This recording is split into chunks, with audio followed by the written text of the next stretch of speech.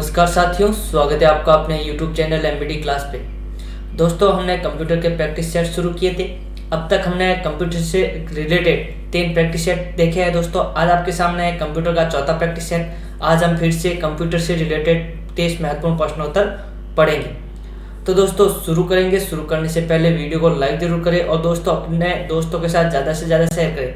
दोस्तों, मैं देख रहा हूँ कि जितने अपने व्यूज आते हैं उनके हिसाब से लाइक्स नहीं आ रहे हैं। तो दोस्तों, वीडियो को लाइक जरूर करें और दोस्तों जितना हो सके शेयर करें, ताकि इन कंप्यूटर के जो क्वेश्चन है इनका फायदा सभी को मिल सके। दोस्तों, तो शेयर करने में और लाइक करने में किसी तरह की कोई कंजूसी ना रखें। अगर आपको कोई क्वेश्चन समझ में नहीं आ रहा है तो आप कमेंट बॉक्स में जरूर लिखें। अगला प्रैक्टिस सेट होगा, उसमें हम आपको पूर्ण विस्तार के साथ उसके बारे में बता देंगे। तो दोस्तों, लाइक और शेयर में किसी तरह की कंजूसी ना करें। तो दोस्तों, शुरू करते हैं। पहला क्वेश्चन है दोस्तों, निम्न में से एक एप्लीकेशन सॉफ्टवेयर नहीं है। ए है MS ऑफिस, बी है MS विंडोज, सी है सर्च इंजन और डी है उपयुक्त सभी। निम्न में से एक एप्लीकेशन सॉफ्टवेयर नहीं है। तो दोस्तों, इसका राइट आंसर हो जाएगा आपके MS विंडोज। MS विंडोज है एक आपके एप्लीकेशन सॉफ्टवेयर नहीं है। MS विंडो है आपके एक ऑपरेटिंग सिस्टम है। क्या है MS विंडो? ऑपरेटिंग सिस्टम है। जबकि MS ऑफिस है, सर्च इंजन है, ये क्या है? ये आपके एप्लीकेशन सॉफ्टवेयर है या सिस्टम सॉफ्टवेयर भी कह सकते हैं। अगले क्वेश्चन है, ग्राफिक्स डिजाइन करने, पिक्चर्स बनाने के लिए किस एप्लीकेशन सॉफ्टवेयर का प्रयोग किया जाता है? ए टैली, बी पेज मेकर, सी है कोरल ड्रॉ और डी है दोनों। ग्राफिक्स डिजाइन करने, पिक्चर्स बनाने के लिए किस एप्लीकेशन सॉफ्टवेयर का प्रयोग किया जाता है? तो दोस्तों, इसका राइट आंसर हो जाएगा आपके दोनों। ठीक है, पेज मेकर भी आपके ग्राफिक्स डिजाइन करने के लिए प्रयोग किया जाता है और कोरल ड्रॉ भी प्रयोग किया जाता है। तो इसका राइट आंसर हो जाएगा दोनों। अगला क्वेश्चन है, वे सॉफ्टवेयर जिनका प्रयोग कंप्यूटर के कार्यों को आसान बनाने, कंप्यूटर की अशुद्धियों को दूर करने व सुरक्षा संबंधी कार्यों के लिए किया जाता है? ए है सिस्टम सॉफ्टवेयर, बी है एप्लीकेशन सॉफ्टवेयर, सी है यूटिलिटी सॉफ्टवेयर और डी है लैंग्वेज ट्रांसलेटर। ध्यान से पढ़ना दोस्तों क्वेश्चन को। वे सॉफ्टवेयर जिनका प्रयोग कंप्यूटर के कार्यों को आसान बनाने, कंप्यूटर की अशुद्धियों को दूर करने व सुरक्षा संबंधित कार्यों के लिए किया जाता है। तो दोस्तों, इसका जो राइट आंसर होगा वो होगा आपके यूटिलिटी सॉफ्टवेयर। यूटिलिटी सॉफ्टवेयर होते हैं दोस्तों जिसकी सहायता से कंप्यूटर के हम कार्यों को आसान कर सकते हैं, अशुद्धियों को दूर कर सकते हैं और सुरक्षा से संबंधित कार्यों के लिए प्रयोग कर सकते हैं। तो इसका राइट आंसर हो जाएगा सी, यूटिलिटी सॉफ्टवेयर।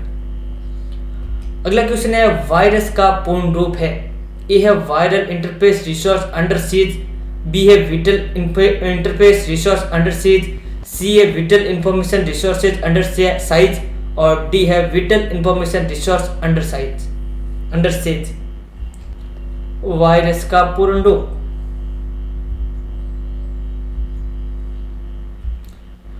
तो दोस्तों, इसका जो आपका राइट आंसर होगा वो होगा D, whittle information resource under says होगा। क्या होगा? Whittle information resource under says होगा। ठीक है ना, तो इसका राइट आंसर डी हो जाएगा।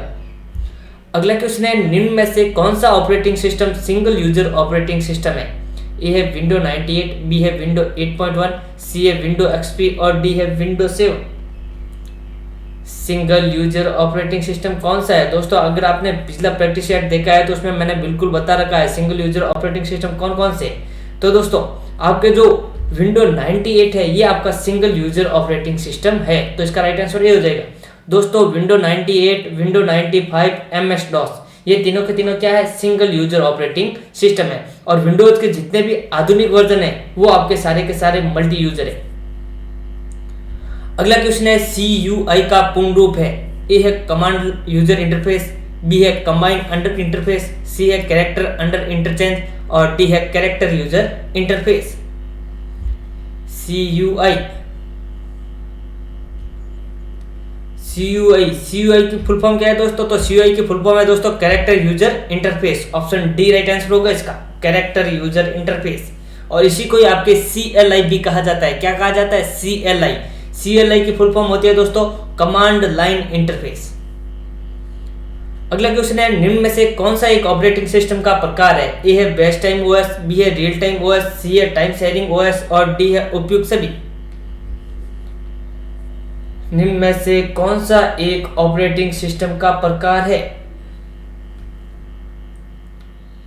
तो दोस्तों इसका राइट आंसर हो जाएगा उपर्युक्त सभी। ये सारे के सारे ऑपरेटिंग सिस्टम के प्रकार है। इसके अलावा आपके दोस्तों एक है टाइम शेयरिंग है और डिस्ट्रीब्यूटेड ऑपरेटिंग सिस्टम भी है। रियल टाइम आ गया, बेस्ट टाइम आ गया और टाइम शेयरिंग आ गया। इसके अलावा दोस्तों मल्टी प्रोग्रामिंग ओएस भी होता है, मल्टी प्रोसेसिंग ओएस भी होता है, डिस्ट्रीब्यूटेड ओएस भी होता है। तो इसका राइट आंसर हो जाएगा डी। अगला क्वेश्चन है निम्न में से कौन सा एक ऑपरेटिंग सिस्टम का उदाहरण नहीं है? ए है साम्बियन, बी है सोलोरिज, सी है पावर पॉइंट और डी है एमएस डॉस। निम्न में से कौन सा एक ऑपरेटिंग सिस्टम का उदाहरण नहीं है? तो दोस्तों इसमें आपको बिल्कुल साफ साफ दिखाई दे रहा है पावर पॉइंट। पावर पॉइंट क्या है दोस्तों? तो ये एक एप्लीकेशन सॉफ्टवेयर है। पावर पॉइंट किसके अंदर आता है? तो वो आता है आपके माइक्रोसॉफ्ट ऑफिस के अंदर। ठीक है, तो माइक्रोसॉफ्ट ऑफिस क्या है? एक एप्लीकेशन सॉफ्टवेयर है। बाकी के सारे देख रखे हैं दोस्तों, ये सारे के सारे ऑपरेटिंग सिस्टम है आपके। साम्बियन है, सोलोरिज है, एमएस डॉस है। इसके अलावा आपके क्रोमियम है, एंड्रॉइड है, एमएस विंडो है, यूनिक्स है, लाइनिक्स है और आईओएस है, मैक ओएस है। ये सारे के सारे क्या है? ऑपरेटिंग सिस्टम है। जबकि पावर पॉइंट क्या है? पावर पॉइंट एक एप्लीकेशन सॉफ्टवेयर है। तो इसका राइट आंसर हो जाएगा सी। अगला क्वेश्चन है माइक्रोसॉफ्ट कंपनी के संस्थापक है। ए है बिल गेट्स, बी है एलन मस्क, सी है पॉल एलन और डी है किमी और थॉमस। बिल्कुल आसान सा क्वेश्चन दिया है दोस्तों। माइक्रोसॉफ्ट कंपनी के संस्थापक, दोस्तों संस्थापक और सह संस्थापक दोनों का नाम याद रखना है। तो दोस्तों माइक्रोसॉफ्ट जो कंपनी के संस्थापक है वो है आपके बिल गेट्स। ठीक है, और सह संस्थापक है दोस्तों पॉल एलन। याद रखना, सह संस्थापक कौन है? पॉल एलन, जिसने माइक्रोसॉफ्ट को बनाया था। अगला क्वेश्चन है निम्न स्तरीय भाषा को मशीनी भाषा में बदलने का कार्य करता है। ए असेंबलर, बी है कंपाइलर, सी है इंटरप्रेटर और डी है उपयुक्त सभी। निम्न स्तरीय भाषा को मशीनी भाषा में बदलने का कार्य कौन सा लैंग्वेज ट्रांसलेटर करता है या भाषा अनुवादक करता है? तो दोस्तों इसका राइट आंसर हो जाएगा ए असेंबलर। असेंबलर होता है दोस्तों असेंबली लैंग्वेज को मशीनी भाषा में बदलने का कार्य करता है। और असेंबली लैंग्वेज होती है दोस्तों वो एक निम्न स्तरीय लैंग्वेज जो होती है। ठीक है, तो याद रखना असेंबली लैंग्वेज कैसी भाषा है? तो वो एक निम्न स्तरीय भाषा है, लो लेवल लैंग्वेज है। तो इसका राइट आंसर ए हो जाएगा। अगला क्वेश्चन है प्रोग्रामिंग करते समय आई एरर को कहा जाता है, एरर या त्रुटि को कहा जाता है। ए पेज, बी बग, सी है डिबग और डी है वायरस। कंप्यूटर में प्रोग्रामिंग करते समय आई एरर या त्रुटि को कहा जाता है। तो दोस्तों इसका राइट आंसर हो जाएगा बग। जो एरर आती है प्रोग्रामिंग करते समय, एरर या त्रुटि कह सकते हैं या गलती कह सकते हैं, तो दोस्तों उसको बग कहा जाता है। और जो बग को हटाने का कार्य करता है वो बग को कहने का मतलब बग को हटाया जाता है। ठीक है, तो बग को हटाते हैं तो क्या कहलाता है? तो बग को हटाना कहलाता है डीबग। ठीक है, तो इसका राइट आंसर हो जाएगा बग। बग क्या है? एरर है।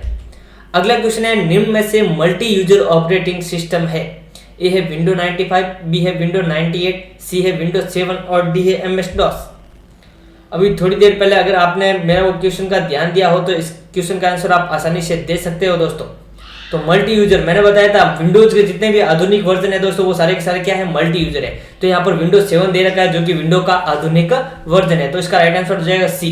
इसके अलावा जो विंडो 95 है, विंडो 98 है, एमएस डॉस, ये तीनों के तीनों सिंगल यूजर ऑपरेटिंग सिस्टम है। तो इसका राइट आंसर हो जाएगा सी। विंडो 7 क्या है? मल्टी यूजर ऑपरेटिंग सिस्टम है।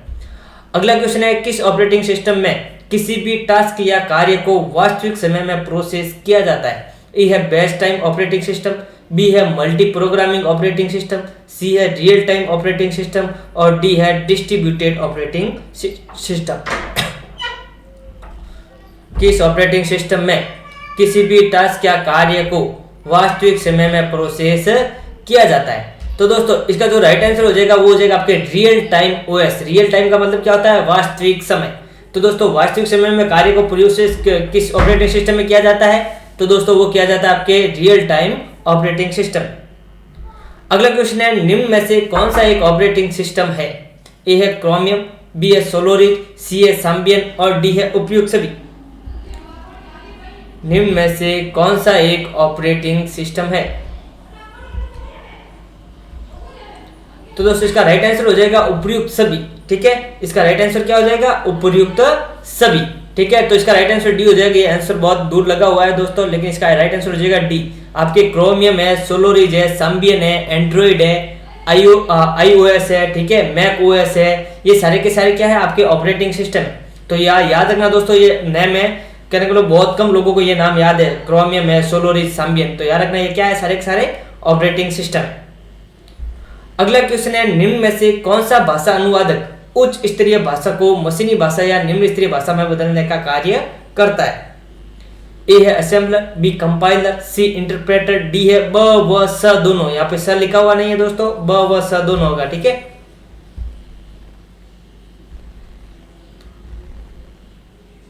कौन सा भाषा अनुवादक है जो उच्च स्तरीय भाषा को निम्न स्तरीय या मशीनी भाषा में बदलने का कार्य करता है? तो दोस्तों वो करते हैं आपके कंपाइलर और इंटरप्रेटर दोनों, ठीक है। तो यहाँ पे ब व स दोनों राइट आंसर होगा, डी राइट आंसर होगा। ब व स लिखा नहीं है, लेकिन यहाँ पे ब व स दोनों होगा। कंपाइलर और इंटरप्रेटर ये दोनों के दोनों क्या है, आपके भाषा अनुवादक है जो आपके उच्च स्तरीय भाषा को निम्न स्तरीय या मशीनी भाषा में बदलने का कार्य करता है। जबकि यहाँ पर असेंबलर दे रखा है दोस्तों, असेंबलर है असेंबली भाषा को मशीनी भाषा में बदलने का कार्य करता है, और असेंबली भाषा क्या है, एक निम्न स्तरीय भाषा है। अगला क्वेश्चन है, निम्न में से कंप्यूटर की कौन सी भाषा हाई लेवल लैंग्वेज या उच्च स्तरीय भाषा है? ए है प्रोलॉग, बी है कोमल, सी है लिस्प, डी है उपयुक्त सभी। निम्न में से कंप्यूटर की कौन सी भाषा है जो हाई लेवल लैंग्वेज है या उच्च स्तरीय भाषा है? तो दोस्तों इसका राइट आंसर हो जाएगा डी उपयुक्त सभी। ये सारी की सारी क्या है, उच्च स्तरीय भाषाएं है, ठीक है। प्रोलॉग है, कोमल है, लिस्प है, इसके अलावा एसक्यूएल है, माई एसक्यूएल है, ओरेकल है, आपके फोर्ट्रॉन है, कोबोल है, C++ है, ये सारी की सारी क्या है, उच्च स्तरीय भाषाएं हैं। अगला क्वेश्चन है, उच्च स्तरीय भाषा फोर्ट्रॉन का पूर्ण रूप है? ये है फॉर रीजनल ट्रांसलेशन, और बी है फर्दर ट्रांसलेशन, सी है फॉर्मूला रीजन ट्रांसड्यूसर, और डी है फॉर्मूला ट्रांसलेशन। उच्च स्तरीय भाषा फोर्ट्रॉन का पूर्ण रूप है। तो दोस्तों फोर्ट्रॉन का रूप है फॉर्मूला ट्रांसलेशन। फोर्ट्रॉन का पूर्ण रूप क्या है, फॉर्मूला ट्रांसलेशन, ठीक है दोस्तों। तो फॉर्मूला ट्रांसलेशन, इस भाषा का प्रयोग आपके चिकित्सा के क्षेत्र में किया जाता है। याद रखना, फॉर्मूला ट्रांसलेशन का प्रयोग किस क्षेत्र में किया जाता है, चिकित्सा क्षेत्र में। तो इसका राइट आंसर हो जाएगा आपके डी, फॉर्मूला ट्रांसलेशन। अगला क्वेश्चन है, किन उच्च स्तरीय भाषाओं को डेटाबेस लैंग्वेज भी कहा जाता है? ए है कोबोल, C++, बी है माई एसक्यूएल, लिस्प, प्रोलॉग, सी है एसक्यूएल, लिस्प, प्रोलॉग, और डी है SQL, my SQL, Oracle. Database language कौन सी है दोस्तों? पिछला प्रैक्टिस सेट में मैंने पूछा था आपको EI लैंग्वेज, और इस बार पूछा है डेटाबेस लैंग्वेज। तो ये दोस्तों ये बहुत ही इंपॉर्टेंट क्वेश्चन है आपके लिए। कौन सी भाषा है जो आपके डेटाबेस लैंग्वेज कहलाती है? तो दोस्तों इसका राइट आंसर होगा आपके डी, एसक्यूएल, माई एसक्यूएल और ओरेकल। ये तीनों के तीनों आपके डेटाबेस लैंग्वेज भी कहा जाता है इनको, ठीक है। और डेटाबेस के लिए इनका प्रयोग किया जाता है, ठीक है। अगला क्वेश्चन है, कंप्यूटर को खाली जगह बताता है कि इसके कंपोनेंट का प्रयोग कैसे किया जाए? ए है ऑपरेटिंग सिस्टम, बी है एप्लीकेशन सॉफ्टवेयर, सी है हार्ड डिस्क, और डी है डिवाइस ड्राइवर। कंप्यूटर को कौन बताता है कि इसके कंपोनेंट का प्रयोग कैसे किया जाए? बिल्कुल आसान सा क्वेश्चन है दोस्तों। तो दोस्तों इसका राइट आंसर हो जाएगा आपके ऑपरेटिंग सिस्टम। मैंने आपको ऑपरेटिंग सिस्टम के कार्य बताए हैं पिछले प्रैक्टिस सेट में। तो ऑपरेटिंग सिस्टम क्या करता है, क्या कहने का मतलब पूरी जो आपका कंप्यूटर होता है वो आपके कंप्यूटर का पूरा नियंत्रण किसके पास होता है, ऑपरेटिंग सिस्टम के पास। तो ऑपरेटिंग सिस्टम ही बताएगा कंपोनेंट को कैसे जोड़ना है, कैसे जुड़े हुए हैं, ठीक है, और उनका प्रयोग कैसे करना है। तो इसका राइट आंसर ये हो जाएगा। अगला क्वेश्चन है, कंप्यूटर में प्रोग्रामिंग के दौरान आई त्रुटि को दूर करने के लिए इंटरनेट पर उपलब्ध बिना चार्ज वाले सॉफ्टवेयर कहलाते हैं? ए है डीबग, बी है बग, सी है पेज, और डी है रिड्यूसर। कहने का मतलब त्रुटि को हटाने के लिए जिन छोटे छोटे सॉफ्टवेयरों का प्रयोग किया जाता है वे सॉफ्टवेयर क्या कहलाते हैं? तो दोस्तों वे सॉफ्टवेयर कहलाते हैं पेज। याद रखना, जो आपकी त्रुटि होती है दोस्तों, त्रुटि को तो बग कहा जाता है, और त्रुटि को हटाना डीबग कहलाता है। और त्रुटि को हटाने के लिए जिन छोटे छोटे सॉफ्टवेयर का प्रयोग किया जाता है वो कहलाते हैं आपके पेज। अगला क्वेश्चन है, निम्न में से कौन सा एक एप्लीकेशन सॉफ्टवेयर नहीं है? ए है MS ऑफिस, बी है गेम, सी है टैली, डी है क्रोमियम। निम्न में से कौन सा एक एप्लीकेशन सॉफ्टवेयर नहीं है?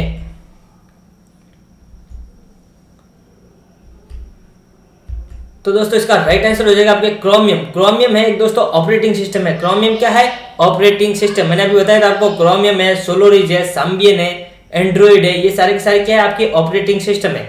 जबकि MS ऑफिस है, गेम है, टेली है, ये क्या है? सारे के सारे आपके एप्लीकेशन सॉफ्टवेयर है। अगला क्वेश्चन है, 1 मिलियन में खाली जगह होते हैं 1 MB, 1 GB, 1 KB, 1 TB। 1 million में होते हैं दोस्तों, बहुत ही मोस्ट इंपोर्टेंट क्वेश्चन है दोस्तों। अब पटवार के लिए तो आपके कहने का मतलब इसको मान के चलिए बहुत ही इंपोर्टेंट क्वेश्चन है। 1 मिलियन में होते हैं तो दोस्तों 1 मिलियन में होता है आपके 1 MB। कितना होता है? 1 MB। तो याद रखना 1 मिलियन में कितना होता है? 1 MB।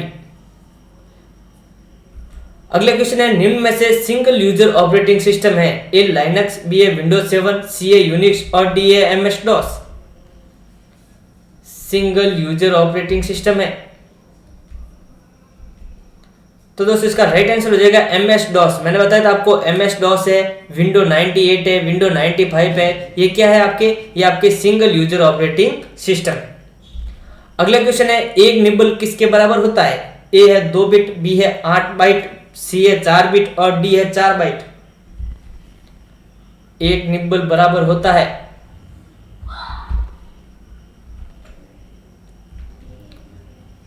तो दोस्तों इसका राइट आंसर हो जाएगा 4 बिट। 4 बिट बराबर 1 निबल होता है और 8 बिट बराबर 2 निबल होता है। तो याद रखना दोस्तों 8 बिट बराबर 1 बाइट होता है और 1 बाइट में 2 निबल होते हैं। तो 4 बिट में कितने निबल होते हैं? 4 बिट में 1 निबल होता है। तो इसका राइट आंसर हो जाएगा सी। अगला क्वेश्चन है, CUI इंटरफेस पर कार्य करता है? ए है विंडोज 8.1, बी है विंडोज 7, सी है MS DOS और डी है उपयुक्त सभी। CUI का मतलब होता है दोस्तों कैरेक्टर यूजर इंटरफेस और इसे आपके CLI भी कहा जाता है। CLI का फुल फॉर्म होती है कमांड लाइन इंटरफेस। तो दोस्तों कैरेक्टर यूजर इंटरफेस या कमांड लाइन इंटरफेस पर कौन कार्य करता है? तो दोस्तों वो करता है आपके MS DOS। कौन करता है? MS DOS, जो कि आपका एक ऑपरेटिंग सिस्टम है। तो इसका राइट आंसर हो जाएगा आपके सी। अगला क्वेश्चन है, मेमोरी मापन की सबसे छोटी इकाई है? ए बाइट, बी है निबल, सी है बिट और डी है किलोबाइट। मेमोरी मापन की सबसे छोटी इकाई या मेमोरी की सबसे छोटी इकाई होती है माप की या स्टोरेज की। तो दोस्तों इसका राइट आंसर हो जाएगा बिट। मेमोरी मापन की सबसे छोटी इकाई क्या है? बिट है। ऑप्शन सी राइट आंसर होगा। अगला क्वेश्चन है, डॉट मैट्रिक्स प्रिंटर निम्न में से किस प्रिंटर का उदाहरण है? ए है पेज प्रिंटर, बी है लाइन प्रिंटर, सी है कैरेक्टर प्रिंटर, डी है इनमें से कोई नहीं। डॉट मैट्रिक्स प्रिंटर दोस्तों, डॉट मैट्रिक्स प्रिंटर को आपके लेटर क्वालिटी प्रिंटर भी कहा जाता है। याद रखना एग्जाम में पूछा जाता है निम्न में से कौन सा लेटर क्वालिटी प्रिंटर होता है? तो दोस्तों वो होता है आपके डॉट मैट्रिक्स। तो दोस्तों डॉट मैट्रिक्स प्रिंटर है, ये आपका एक कैरेक्टर प्रिंटर है। क्या है? Character printer. Option C right answer होगा। अगर पेज प्रिंटर की बात की जाए दोस्तों, तो पेज प्रिंटर है आपका लेजर प्रिंटर। मैंने बताया था लेजर प्रिंटर, और लेजर प्रिंटर के आविष्कार कौन है? तो वो है आपके गैरी स्टॉक वेदर। अगला क्वेश्चन है, मोनो प्रिंटर का उदाहरण है? ए है डॉट मैट्रिक्स प्रिंटर, बी है डेजी व्हील प्रिंटर, सी है इंकजेट प्रिंटर और डी है उपयुक्त सभी। मोनो प्रिंटर का उदाहरण अभी थोड़ी देर पहले मैंने बताया दोस्तों लेटर क्वालिटी प्रिंटर। तो लेटर क्वालिटी प्रिंटर तो आपके था डेजी व्हील प्रिंटर। अब बात आई है मोनो प्रिंटर का उदाहरण। तो दोस्तों मोनो प्रिंटर का उदाहरण है आपका डॉट मैट्रिक्स प्रिंटर। कौन सा है? डॉट मैट्रिक्स प्रिंटर, जो कि आपका सर्वाधिक प्रयुक्त किया जाने वाला प्रिंटर है। ऑप्शन ए राइट आंसर होगा। अगला क्वेश्चन है, कंप्यूटर में कितनी रिफ्रेश रेट के नीचे आने पर इमेज प्रॉपर्ली नहीं दिखाई देती है या फ्लिकर करने लग जाती है? ए है 15 हर्ट्ज, बी है 25 हर्ट्ज, सी है 45 हर्ट्ज और डी है 60 हर्ट्ज। कंप्यूटर में कितनी रिफ्रेश रेट के नीचे आने पर इमेज प्रॉपर्ली नहीं दिखाई देती है या फ्लिकर करने लग जाती है? नॉर्मल होती है दोस्तों, आपके जो रिफ्रेश रेट होती है वो होती है आपके लगभग 60 हर्ट्ज के आसपास। कितनी होती है? 60 हर्ट्ज। जब हम 25 हर्ट्ज से नीचे आ जाती है तो रिफ्रेश रेट जो होती है वो 25 हर्ट्ज से नीचे आती है, तो इमेज है हम प्रॉपर्ली नहीं देख पाते हैं और वो फ्लिकर करने लग जाती है। उसकी होती है स्क्रीन के बीच में ऐसे कहने को धारियां आने लग जाती है। ठीक है, तो वो क्या है? रिफ्रेश रेट कितनी रिफ्रेश रेट के नीचे आने पर होता है ऐसा? तो वो होता है आपके 25 हर्ट्ज, यानी कि इसका राइट आंसर हो जाएगा बी। लास्ट क्वेश्चन है, बल्क में डेटा को स्कैन करने के लिए किस स्कैनर का प्रयोग किया जाता है? ए है बारकोड रीडर, बी है ऑप्टिकल कैरेक्टर रीडर या रिकॉग्नाइजेशन और सी है ऑप्टिकल मार्क रीडर और डी है उपर्युक्त सभी। बल्क में डेटा को स्कैन करने के लिए, दोस्तों बल्क का मतलब है बहुत सारा डेटा एक साथ या हाथ से लिखा हुआ डेटा स्कैन करने के लिए। बल्क का मतलब होता है बहुत सारा या हाथ से लिखा हुआ बहुत सारा डेटा को स्कैन करने के लिए किस स्कैनर का प्रयोग किया जाता है? तो दोस्तों वो किया जाता है आपके optical character reader, short form है इसकी OCR, ठीक है। तो OCR कह सकते हैं या ऑप्टिकल कैरेक्टर रीडर या रिकग्नाइजेशन कह सकते हैं। तो इसका राइट आंसर हो जाएगा बी। तो दोस्तों ये थे आज के आपके टॉप 30 क्वेश्चंस। अगर वीडियो अच्छा लगा हो तो दोस्तों लाइक जरूर करें, लाइक में किसी तरह की कंजूसी ना करें। और दोस्तों आपके पास जो भी ग्रुप्स है, ठीक है, उस ग्रुप में इस वीडियो को शेयर करते रहे ताकि इस वीडियो का जो क्वेश्चन हमने दिए इसका लाभ दूसरे विद्यार्थियों को भी मिलते रहे। हमारी कोशिश यही रहेगी कि हम आपके लिए अच्छे से अच्छा करें। अगर कोई डाउट हो किसी क्वेश्चन में तो कमेंट बॉक्स में जरूर लिखिए, आपका सॉल्यूशन कर दिया जाएगा। तो दोस्तों मिलते हैं नेक्स्ट प्रैक्टिस सेट के साथ। धन्यवाद।